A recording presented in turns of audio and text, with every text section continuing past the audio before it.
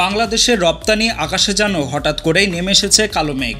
তৈরি পোশাক শিল্পের মাথার উপর ঝুলছে যুক্তরাষ্ট্রের ৩৫% পাল্টা শুল্কের খাড়া, যা কার্যকর হতে যাচ্ছে ১ আগস্ট থেকে।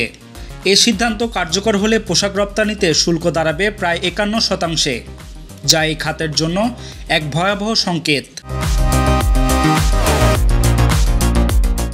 দেশের সবচেয়ে বড় রপ্তানি খাতটিতে কর্মরত প্রায় ৪০ লাখ শ্রমিক কর্মচারী ভবিষ্যৎ নিয়ে দেখা দিয়েছে ঘোর অনিশ্চয়তা। ব্যবসায়ীরা বলছেন শুল্ক ১০ থেকে ২০% বেশি হবে না, এমন আশ্বাস দিয়েও সরকার নেগোসিয়েশনে তাদের সম্পৃক্ত করেনি।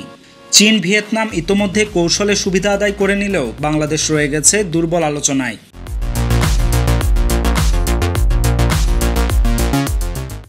বিজিএমএ প্রধান উপদেষ্টার সাক্ষাৎ চেয়ে সতর্ক করেছেন, এই সিদ্ধান্ত কার্যকর হলে রপ্তানি খাতে বিপর্যয় অনিবার্য।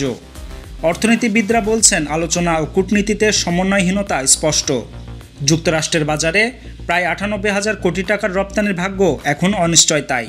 তৈরি পোশাক খাতের এই বড় ধাক্কা সামাল দিতে না পারলে অর্থনীতির বুনিয়াদেই নেমে আসতে পারে বড় বিপর্যয়।